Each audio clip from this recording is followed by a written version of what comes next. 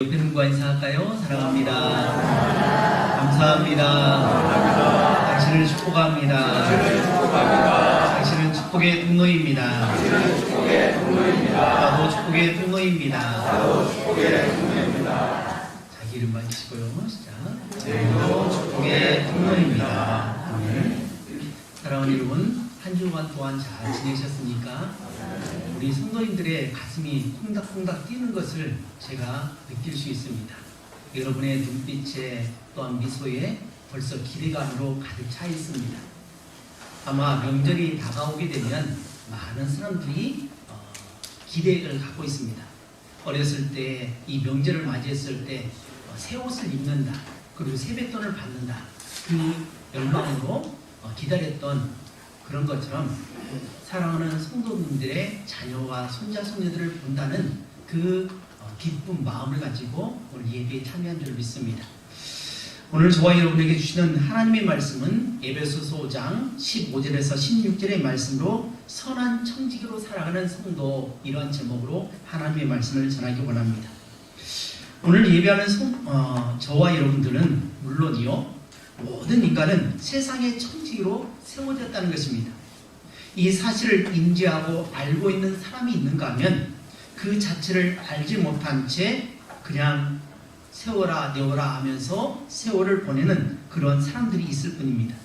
자신이 세상에 보내진 선한 청지기임을 인식하고 살아가는 사람들은 세상을 허투루 살지 않습니다. 자신에게 주어진 시간과 환경들을 최대한 잘 활용하기 위해서 최선을 다하는 삶을 살아간 줄로 믿습니다. 저는 지난 1월 2일에 출애굽기 35장 30절에서 36절의 말씀으로 하나님의 일꾼에 대해서 여러분에게 말씀을 전했습니다. 그리고 1월 9일에는 마태복음 7장 13절에서 14절의 말씀으로 신앙인이 걸어가야 할 좁은 문 좁은 길로 가라라고 하는 말씀을 선포했고, 세 번째로 지난주에는 마태복음 5장 13절의 말씀을 통해서 소금으로 살아가야 할 신앙인에 대해서 말씀드렸습니다. 이 모든 것은 바로 청지기가 갖춰야 할 삶의 태도라는 것입니다. 그래서 오늘 저는 1월 23일 주일에 우리 자신이 모두 청지기임을 인식하고 청지기다운 삶을 살아감으로 하나님께도 인정을 받고 사람들에게도 인정받는 그런 삶을 소원하며 말씀을 전하기 원합니다. 그래서 선한 청지기로 살아가기 위해서는 어떻게 살아가야 되는가라고 하는 것을 세 가지를 통해서 말씀을 나누길 원합니다. 첫 번째로 내가 누구인지에 대한 바른 정체성을 가져야 된다는 것입니다. 두 번째로 청지기에게는 정해진 시간이 있다는 것을 우리가 알아야 됩니다. 세 번째로 청지기는 지혜롭게 행동을 해야 한다는 것입니다.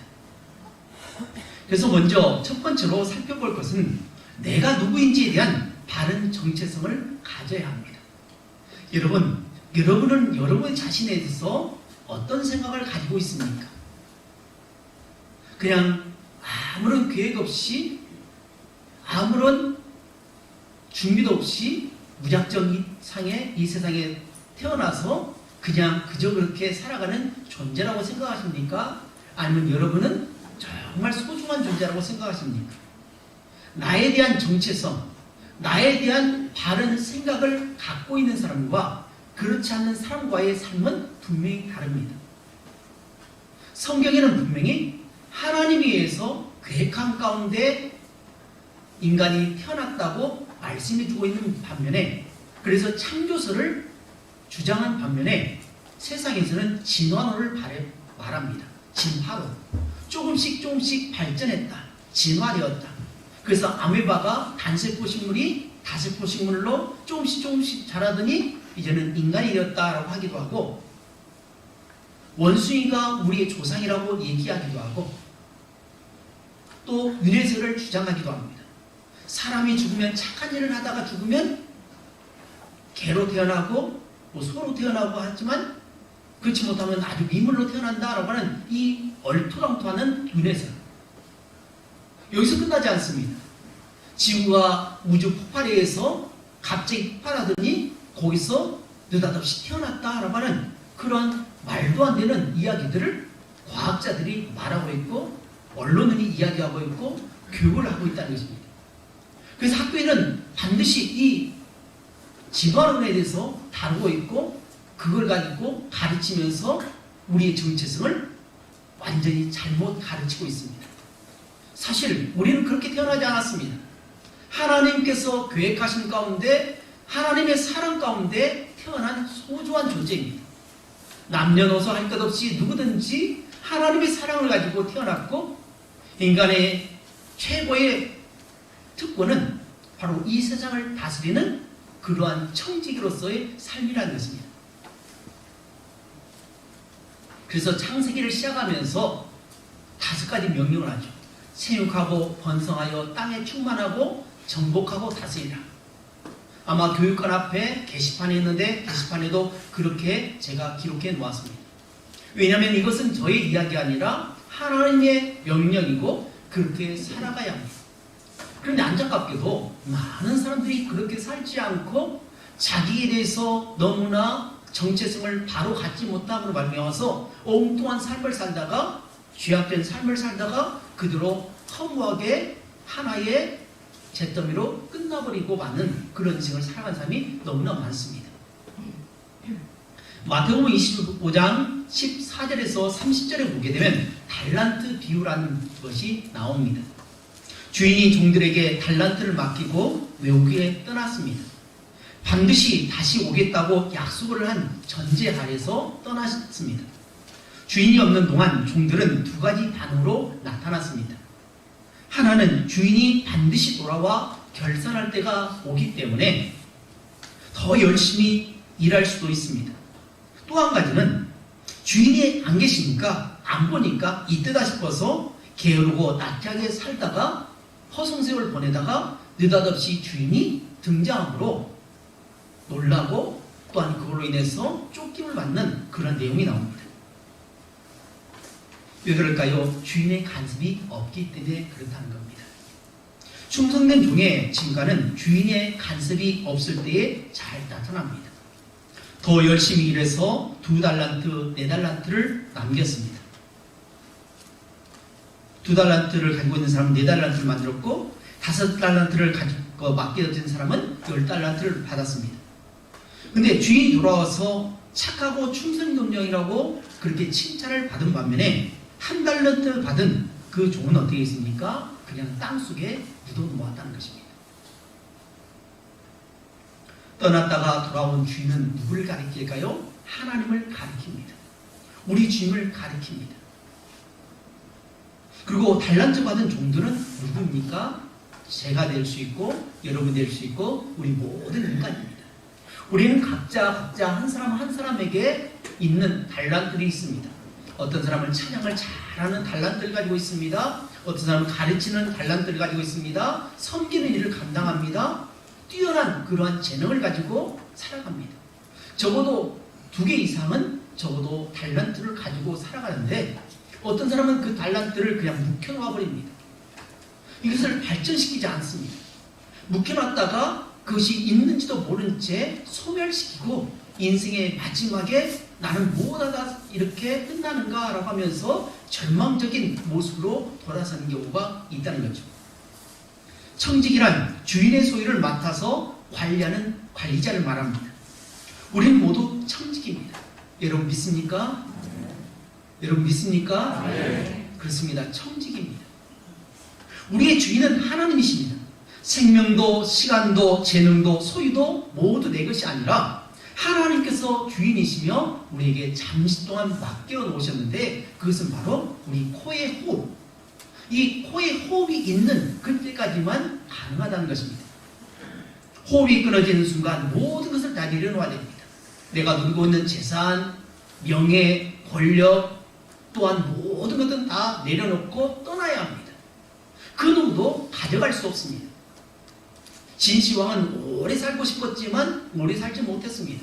만리장성을 그렇게 건축하고 적들로부터 오랑캐로부터 보호하는 그런 놀라운 능력, 심지어는 이 만리장성은 달에서나 우주에서 사진을 찍어도 만리장성이 나올 정도로 어마어마한 그러한 많은 업적을 남겼지만 그 역시도 모든 걸 내려놓고 떠나야 하는 인생이라는 겁니다. 안타깝게도 그는 그걸 알지 못하고 결국 이것이 내 것이다, 내 소유다 라고 하는 그런 마음 가운데 살다가 그만 허무하게 떠나버렸습니다. 오늘 우리가 살아가는 모든 시간과 물질과 건강, 내가 누리고 있는 모든 것은 주인이 나에게 잠시 동안 맡겨주셨다는 것입니다. 단지 우리는 우리가 호흡하는 순간까지만 그걸 누릴 수 있습니다. 두 번째로 살펴볼 것은 청지기에게는 정해진 시간이 있다는 것입니다.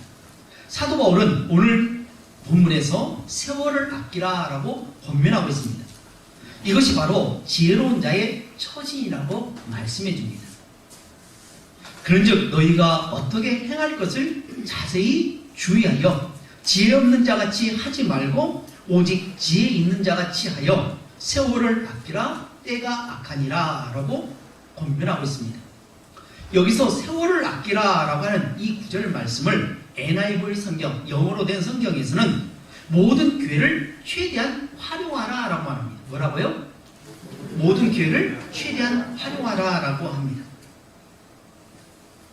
이것은 의미상의 번역이며 킹 제임스 번역 성경이라는 것이 있는데 킹 제임스 성경에서는 시간을 구속하라 라고 그렇게 번역을 했습니다. 여기서 아끼라의 헬라어의 원어 뜻은 엑사고라조라는 단어를 쓰는데 이것은 구속하라 라는 뜻이 있습니다. 구속이란 말은 원래 노예로 팔려간 사람을 돈을 주고 자유인이 되게 한다는 것입니다. 주님께서 우리를 구속하셨다는 의미는 주님께서 사탄의 종으로 노예가 되어 있는 우리들을 당신의 생명의 값, 십자가의 보혈의 피값으로 치우고 자유인, 즉 하나님의 자녀가 되게 하셨다는 뜻을 가지고 있습니다. 하나님이 이스라엘 민족을 종살이하던 애굽 땅에서 해방시켜 주신 사건이 구속의 의미를 잘 설명하고 있는 것입니다. 이때도 어린 양들이 희생되었습니다. 그 양들의 피를 보고 주의 사자가 넘어갔다고 해서 이걸 가리켜서 유월절이라고 합니다. 그렇다면 세월을 구속하라 라고 하는 이 의미는 어떤 뜻을 가지고 있을까요? 우리가 악한 세상에서 사탄에게 빼앗겼던 시간을 도로 찾아오라는 것입니다. 저명한 성경학자인 벤길이라는 분이 이 원어를 충실하게 해석을 했는데 뭐라고 했겠느냐? 악한 자의 손에서 시간을 사내라 라고 했습니다. 그리고 칼빈, 종교개혁자 칼빈은 마귀의 손에서 시간을 사내어야 한다라고 말하고 있고 또 고백론으로 유명한 성 어거스틴도 이 부분을 시간을 속량하는 방법은 세상적인 모든 회방거리와 향락을 내어주고 시간을 사들이라고 이렇게 해석을 했습니다. 다시 말한다면 하나님이 주신 시간을 사탄에게 빼앗기지 말고 하나님을 위해서 선하게 사용해야 한다라고 말씀합니다. 바로 우선순위를 바로 세워 시간을 잘 선용하라고 말씀해주고 있습니다. 하루 24시간입니다. 그리고 이것을 7일간 곱하면 몇 시간이 되냐면 168시간이 됩니다. 이 168시간 중에서 신앙생활을 위해서 사용하는 시간이 얼마나 되는지 우리 한번 스스로 생각해 보아야 합니다. 이 말씀이 이어지는 말씀을 보면 우리가 하나님을 섬긴 일에 보다 더 많은 시간을 써야 한다고 권면하고 있습니다. 에베소서 5장 18절에서 20절 말씀에는 이렇게 말씀합니다. 술 취하지 말라. 이는 방탕한 것이니 오직 성령의 충만을 받으라. 시와 찬미와 신령한 노래들로 서로 화답하며 너희의 마음으로 주께 노래하며 찬송하며 범사에 우리 주 예수 그리스도의 이름으로 항상 아버지 하나님께 감사하라 라고 말씀합니다. 청지기의 직분 중에 참으로 중요한 것이 바로 시간의 청지기라는 것입니다. 하나님은 물질에 대해서도 10분의 1을 요구하셨지만 시간에 대해서는 7분의 1을 요구하고 있습니다. 주일 성수의 원리가 바로 이것입니다. 6일 동안은 열심히 내 생업에 대해서 열심히 일하며 살아가야 됩니다. 그렇지만 마지막 7째 날, 주님의 날, 복된 날, 거룩한 주일은 온전히 하나님 앞에 드려야 됩니다. 이것은 내 시간이 아닙니다. 근데 많은 사람들이, 의외로 많은 그리스도인들이 이 시간을 자기 멋대로 사용하고 만다는 것입니다. 흔히들 시간은 금이라고 말하고 시간은 돈이라고 표현을 합니다. 엄밀히 말하면 시간은 돈보다 더 값집니다. 돈이 아무리 많아도 시간은 살 수 없습니다. 그러나 시간이 있으면 돈도 벌 수 있습니다. 만일 시간을 돈으로 살 수 있다면 많은 돈 있는 부자들은 더 오래 살 것입니다. 그러나 아무도 돈이 많아도 생명을 무한한정 연장시킬 수가 없습니다. 그래서 미국의 벤자민 플랭클린은 시간은 생명이다 라고까지 이야기했습니다. 그는 우리가 진정으로 인생을 사랑한다면 시간을 낭비하지 말아야 한다고 역설하고 있습니다. 시간의 흐름과 함께 우리의 생명이 흘러가고 있습니다. 우리가 응애하고 태어났습니다. 근데 어느 순간 벌써 내 머리에 서리가 내렸습니다. 그리고 내 몸은 쭈글쭈글해지고 내 몸은 약해지고 계속 여기저기를 고쳐나갑니다. 그래서 나이가 들면 나이가 들수록 인조인간이 됩니다. 어렸을 때는 마징가젯에 나온 인조인간 로봇 마징가젯 그거 있잖아요. 그때 인조인간이 그런 사람만 인조인간인 줄 알았더니 사실 우리가 인조인간이 됩니다. 무릎에 관절을 넣습니다. 그리고 골반에도 또 여러 군데 장기를 새로 이식합니다. 완전 인조인간입니다. 여기뿐 아니죠. 눈에도 다른 것을 낍니다. 자꾸만 우리는 인조인간처럼 바뀌어가고 있는 이 시대에 살고 있습니다. 왜냐하면 인생이란 시간 그 자체요 시간의 연속 때문입니다. 어느새 우리가 이렇게 많은 세월을 보냈습니다. 그렇다면 어떻게 할까요? 곧 주인이 오실 것을 기대하면서 마지막 우리의 때가 가까움을 생각할 때에 우리는 세월을 허송세월로 버리면 안 됩니다. 시간이 돈보다 더 귀한 이유가 한 가지 더 있습니다. 시간은 한 번 흘러버리면 되돌릴 수가 없습니다. 그래서 흔히 하는 말로 흘러간 물은 물레방아를 돌릴 수 없다라고 하는 말도 하기도 합니다. 마태복음 25장 19절에는 오랜 후에 그 종들의 주인이 돌아와 그들과 결산할세라고 말씀합니다. 5달란트 받은 종과 2달란트 받은 종은 칭찬을 받습니다. 그러나 1달란트 받은 종은 책망과 함께 바깥 어두운 데 던져져서 울며 이를 가며 있으리라 라고 있습니다. 마지막 세 번째로는 청지기는 지혜롭게 행동해야 한다는 것입니다. 이걸 모르는 사람은 아무도 없을 것입니다. 그러나 귀로 듣고 마음으로 깨닫는 것으로 끝나면 우리는 소용이 없습니다.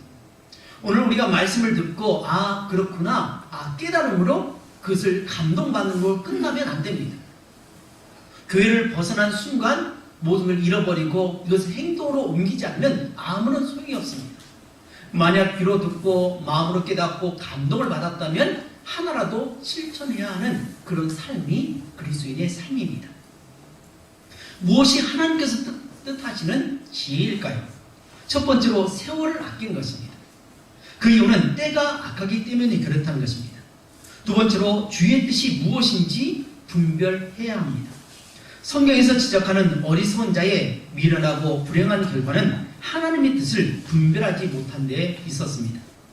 여호와를 경외하는 것이 지식의 근본이거늘 미련한 자는 지혜와 훈계를 멸시하느니라 라고 잠언 1장 7절에 유명한 말씀이 있습니다. 여호와를 경외하는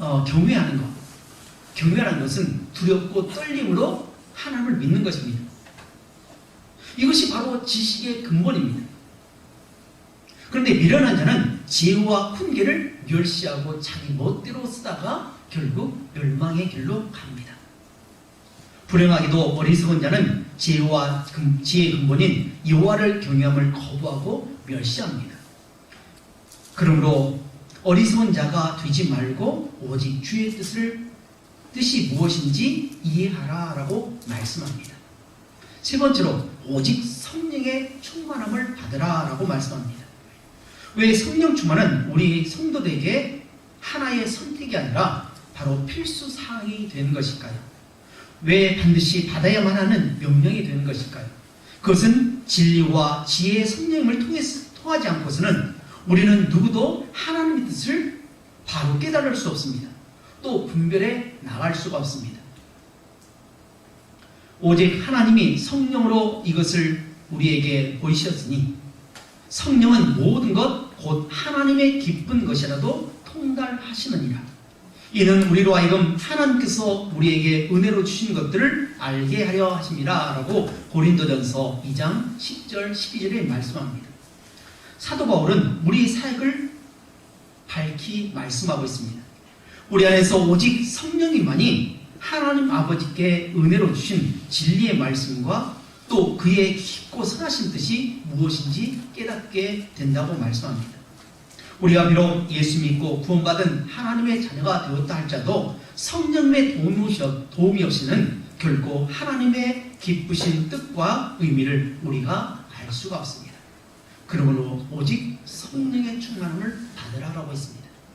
성령의 충만함을 받으라는 것이 무엇일까요? 내 생각을 다 버리라는 것입니다. 이번에 제가 사택에서 쌀을 쌀통에다 넣습니다.